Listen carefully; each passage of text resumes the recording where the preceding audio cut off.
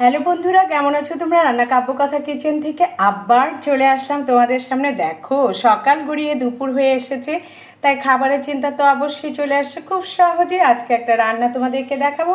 আজকে রান্নার রেসিপি হচ্ছে সর্ষে ইলিশ। খুব সহজেই তৈরি করব সর্ষে ইলিশ। এই জন্য দেখো লাগছে এখানে ইলিশ মাছ, ধুয়ে রাখা ইলিশ মাছ এখানে রয়েছে। এখানে রয়েছে পেঁয়াজ কুচি, এটা হচ্ছে সর্ষে বাটা, কয়েকটা কাঁচা লঙ্কা, এখানে রয়েছে পোস্ত বাটা, আর এখানে একটু পেঁয়াজ বেটে নিয়েছি, আর এখানে তার সাথে কালো জিরা রয়েছে কাঁচামরিচের সাথে। এবং আমি এখানে ব্যবহার করব একটু হলুদের গুঁড়ো, তারপরে লবণ তো অবশ্যই লাগছে, আর যেটা না হলেই হবে না সেটা হচ্ছে সর্ষের তেল। আমি আজকে ব্যবহার করছি ভুট্টা মার্কা সর্ষের তেল। তবে চলো রান্নায় চলে যাই। দেখো, একটা মাটির কড়াই বসিয়ে দিয়েছি, আর এই মাটির কড়াইয়ের মধ্যে আমি প্রথমেই আগে কিছু পেঁয়াজের কুচি দিয়ে দিব।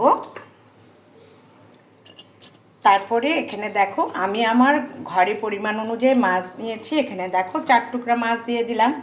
খেতে ইচ্ছে করবে তো তাড়াতাড়ি চলে যাব, কারণ এই ঝটপট রান্নাটা করলে নিজেদের জন্য ভালো লাগে। দেখো, এখানে আমি দিয়েছি সর্ষে বাটা, এখন আমি দিয়ে দিলাম পোস্ত বাটা। এই যে পোস্ত বাটা দিয়েছি, এবার আমি একটু পেঁয়াজ বাটা দেব। দেখো, এক এক করে আমি সব দিয়ে দিচ্ছি। দিয়ে দিলাম কাঁচা লঙ্কা। এবার আমি দিয়ে দিব বাকিটি একটু পেঁয়াজ আছে, দিয়ে দিলাম। এবার আমি দিয়ে দিব দেখো এই যে কালো জিরে বাটা। বাস, আর কিসের এত চিন্তা? ইলিশ সর্ষে খেতে হলে ঝামেলা দিয়ে কাজ নেই তো। একটু লবণ দিয়ে দিলাম, বাস একটু হলুদ আর লবণের গুঁড়ো দিয়ে দিলাম। এই যে লবণ এবং হলুদের গুঁড়ো দিয়ে দিয়েছি।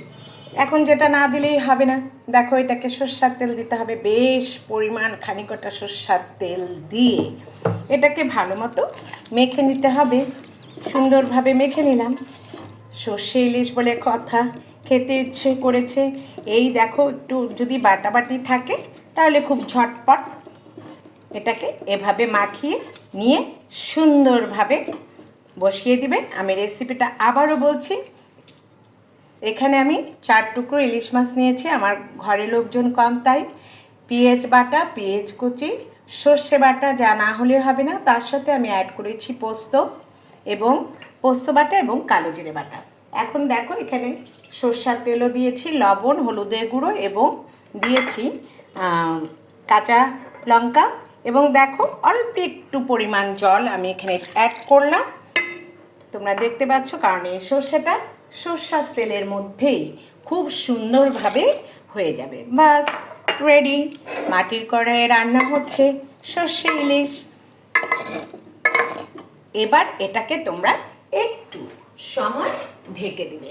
আমার তো মাটির ঢাকনা নেই, আমি এটা দিয়ে ঢেকে দেওয়ার চেষ্টা করব। তোমরা একটু অপেক্ষা করো। এই ঢাকনাটা হচ্ছে না, এখন আমাকে আর একটা ঢাকনা ব্যবহার করতে হবে। দেখো, আমি ঢেকে দিলাম।